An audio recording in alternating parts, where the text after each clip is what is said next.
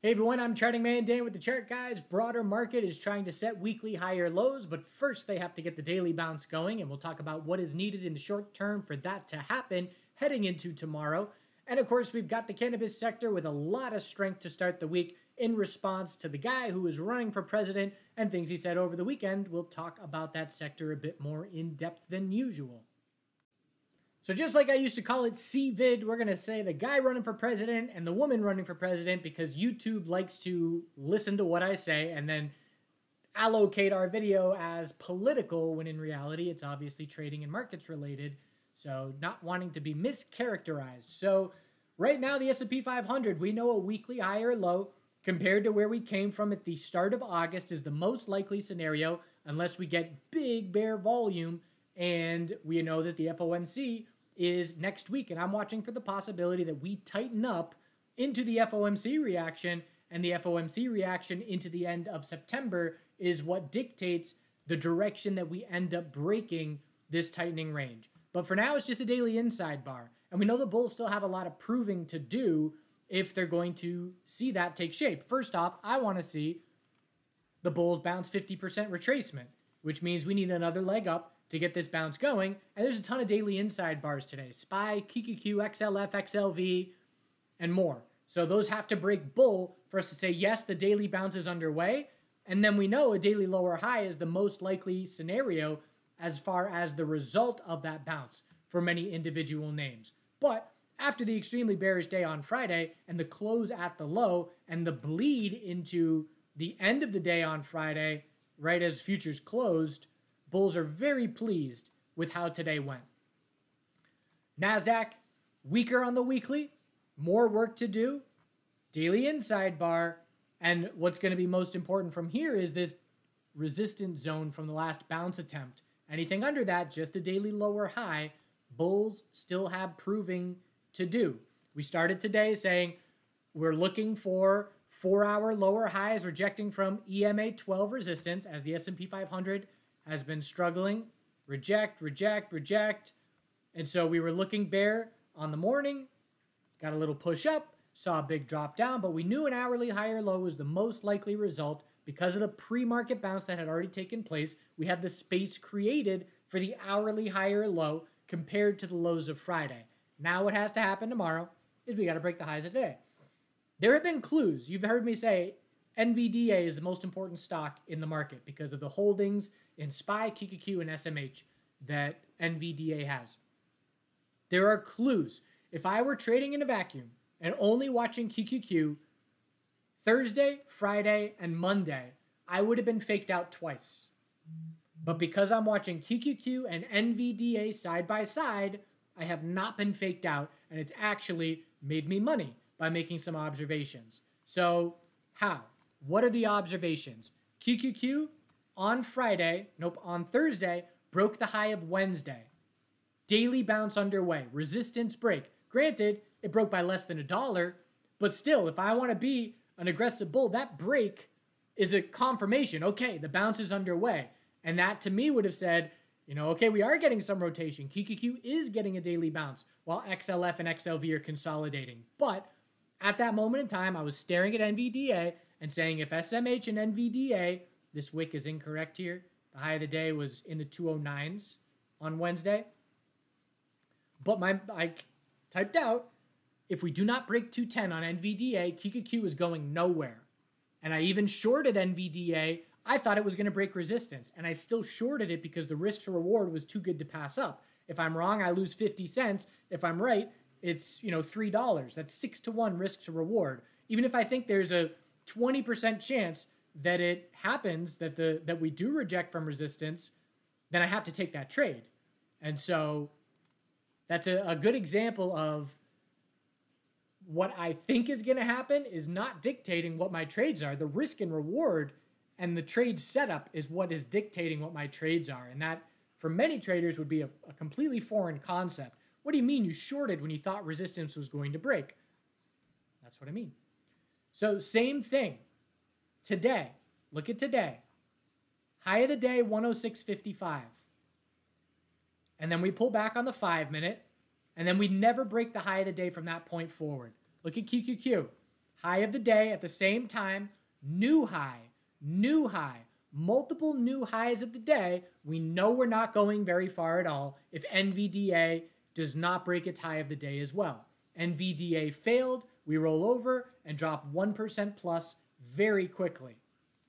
And then again, a new high of the day. Bulls confirming the hourly uptrend. Granted, only by 22 pennies, but we knew not to get excited because NVDA was not breaking 106.55, the high of the day. That's 3 times in the last 3 days that NVDA has given a cautionary signal to QQQ bulls or an aggressive short signal for QQQ bears. And here's NVDA trying to break that double top at 106.55 and get this daily bounce going. Cannot stress enough the importance of NVDA. Daily stair step right now, inside bar is going to try and break bull tomorrow, and bulls need to follow through. Ideally, a lot of work to do. I mean, we need a 10% bounce.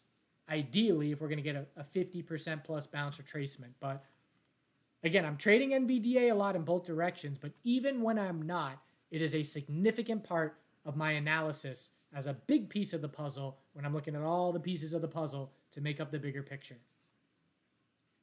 So SMH, daily inside bar, must break bull. If we're going to break to lower lows on the weekly, SMH will likely break first. It's leading the way down. It's had the more significant retracement. It would likely go SMH and NVDA break support, then QQQ break support, and then SPY would be last because SPY has a lot more space to work with because XLF and XLV have been much stronger over the last 6 weeks. Apple had an event today, a lot of volatility there. Very clearly, 217s is an important short-term support. That was the low of Wednesday, and we held it. We just barely broke it, but then V-shape. So 215s, key short-term support zone. Look at Apple. I mean, my simple statement for Apple is this is the same cup and handle type of setup on the weekly chart that XLF had on the daily. And my statement is if EMA 12 is support on the weekly, it's a potential cup and handle type of pattern. And obviously, if Apple confirms a weekly bull flag to new all-time highs, that's a big sigh of relief for the market bulls. But still battling. And key resistance 225.48, that little daily lower high. Again, the burden of proof still very clearly on the bulls in the short term. As far as I'm concerned, the burden of proof is on the bears on weekly time frames. XLV, daily inside bar. If we bounce, if it breaks bull tomorrow, I should say, the next big, most important information for XLF and XLV into the FOMC, knowing that we've got 7 more trading days, is can the bears confirm a daily downtrend? We know the bears are not going anywhere unless we confirm a daily downtrend as a result of the next bounce. Otherwise, this weekly consolidation remains extremely strong coming off of all-time highs. So again, if you're a bear on your checklist, you've already got NVIDIA weakness, you already got SMH leading the way down, you really want to see these other 2, second and third most important sectors, confirm daily downtrends to weaken further. And XLF, same deal. We double topped at the high of Friday to the penny. If that breaks bull, can the bears confirm the daily downtrend for this weekly consolidation to try and be something other than extremely healthy? Because right now, for both of these sectors, there are no red flags on this consolidation at this point. IWM, a weaker bounce as well. Daily inside bar, but you can see that big upper wick. So not much confidence there. Same tightening weekly range as many other sectors. But bears still in control of the short term. Again, daily stair step, lower high every day, 6 days in a row. Nothing changes in the short term as long as that is the pattern. Shout out to NIO. So NIO has been a growth stock, slow bleed forever, insane run up, 6,000% whatever in 2 years or less. And then a slow bleed forever, giving back 95% or whatever it was. But it looks like a longer-term bottom is forming. We double bottomed by 2 pennies at that low. And since earnings last week, look at this volume. And look at these candles. This is clearly telling us, look at this big bounce. That's a big bounce. 1 day of volume. that's convincing. This is now 3 days in a row. The average volume, the average 20-day volume was 35 million shares traded. We are putting up 2 to 3x that volume the last 3 days in a row.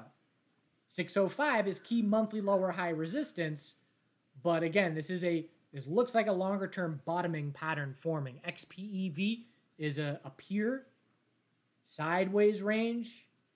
It double bottomed as well. It held support by less than 1% and is now trying to test resistance to get to multiple month highs. So keeping an eye on those names. If anything, NIO is just telling us day trading volatility is back. I used to day trade NIO both directions very often during that extreme volatility, 2021 and beyond. But, here, I don't care at all what's going on. That's nothing. But here, that's a big pie for me to get my piece of. So definitely day trading NIO back on the table, and a quick flush to oversold right out of the gate into the V-shape, 15% recovery from those lows. Bitcoin having a good day. Crypto stocks as well. Need follow through. Again, everything trying to form these weekly higher lows. Bitcoin as well. Daily just a downtrend though. Anything under 50, we'll just call it 60,000. Gotta shape up a daily uptrend for these weekly higher lows to shape up. And then it will be all about the FOMC next week.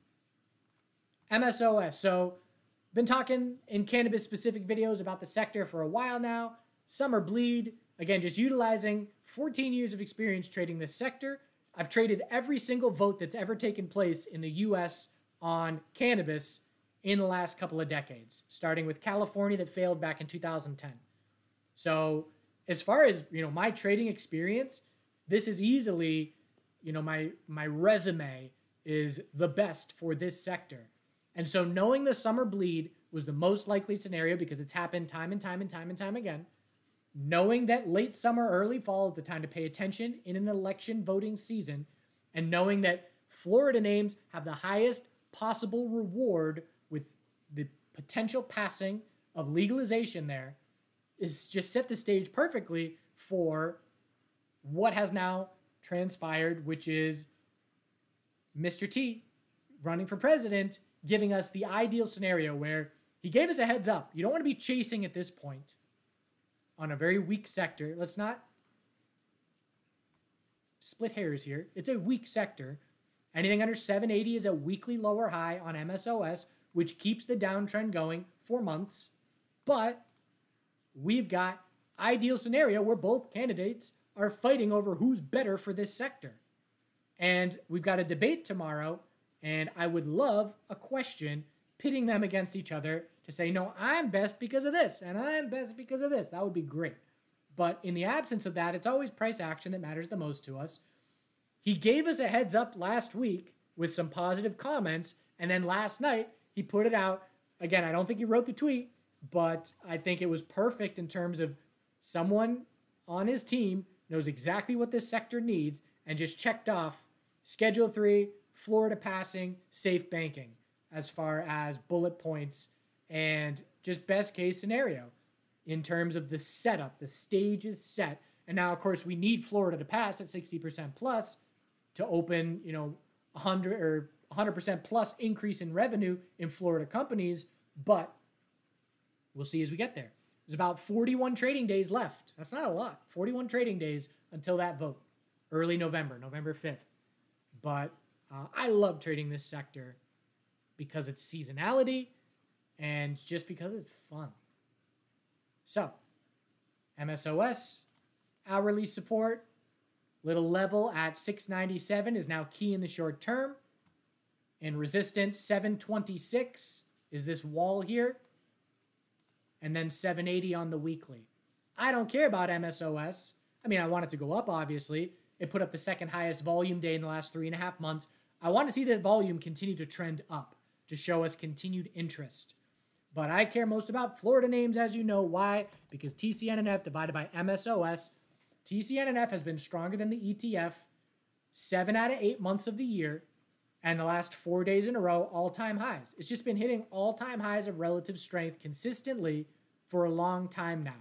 This chart is screaming to us It is better to have your money in this name than in this name. And again, you don't want to be chasing at this point. The heads up was given last week, and now we have a plus 15% day. We are testing the highest level on this name, 1123, highest level in a lot of months, few months, summer months.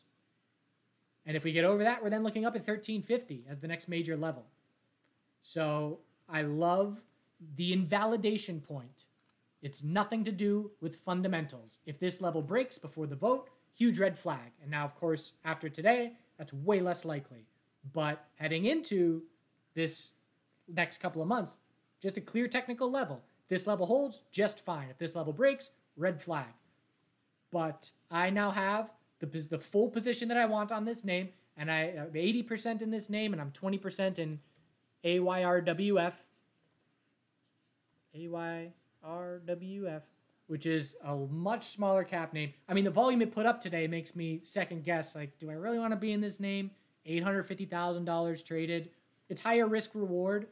If we do get momentum, percentage-wise, it should outperform many names. But what I need to see is relative strength, AYRWF divided by MSOS, get over this zone. Give us the strongest it's been compared to MSOS in 6+ months. That would be a positive. SNDL is a third name I'm watching in this sector because I love the clarity of this weekly equilibrium. Just beautiful clear pattern, tightening up. Weekly higher low is now set. Another thing that I loved is I put out the weekend video, number 1, cannabis only.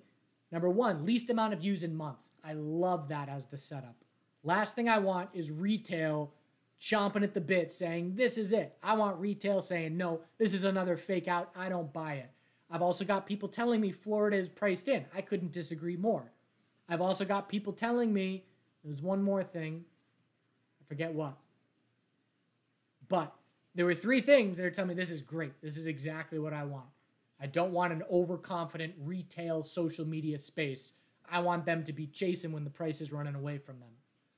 I did my best to try and help them get those positions, but we'll see how it plays out. Still proven to be done. We know that much, but loving the True Leave action. We'll see what we get. Dollar, daily, double bottom. Now all we care about is 101.92 in the short term. This is trying to get weekly bounce follow through. If you're bullish, the broader market, crypto, metals, you want to see this be a weekly bear flag. So you want 2 things to happen. One of 2 things. Either we fail that level and head back down to support, or we break it with 0 follow through. Break it right into consolidation would keep a weekly bear flag alive. Metals, gold's trying for a weekly higher low. No red flags as long as weekly EMA 12 is support. Healthy bull flag attempt right under the all-time high. Silver, trying the weekly higher low. Still work to be done here. 12-hour. So low, high, double bottom. Watching for the potential that we just tighten up here. But again, SPY, QQQ, XLF, XLV, SMH, Bitcoin, silver, gold. There's so many names that are trying to shape up weekly higher lows. Some names are going to do it before others. Tesla already did it, already set that weekly higher low. Granted, it gave it back, a lot of it on Friday, but it confirmed a weekly uptrend. Amazon, trying to get that weekly higher low going. Technically, it was set. No follow through. So, prove it, bulls. Oil. Weekly equilibrium broke bear. 1 level left to go, 63.21, as far as very clear bear follow through. We broke 2 levels, actually 3. 1, 2, 3. That's great. That's a great start. Daily wasn't oversold. I thought it was. Anyways, daily, stair-step drop, trying to get a bounce going. And if you're a bear, you want to see a back test of previous support act as resistance. Energy dropped down with that bear break on oil. Hasn't followed through significantly under its weekly support. But essentially, oil gave a clear bear signal, and now it's just a question of how much follow-through do we get? Monthly downtrend confirmed with the lower high and lower low. This is where it's important to zoom out. Okay, the weekly equilibrium resolved itself. But if I look at the 2-month chart, it's entirely possible that we just set a 2-month higher low or 3-month or whatever, and then just keep tightening up. So it's always important to zoom out, and because equilibrium, short-term equilibriums often go into long-term equilibriums. And it's important to zoom out to just ensure, again, putting your bear glasses, or in this instance, your bull glasses on, and just say, okay, I just want to ensure that I don't get faked out.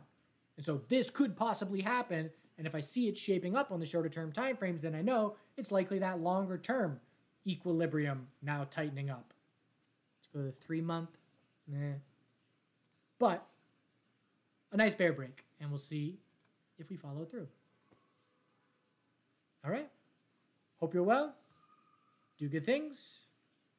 Let's see if the bulls can get daily bounce follow through tomorrow. They're trying here after hours. Apple up, NVDA up, but doesn't mean anything until the bell rings tomorrow.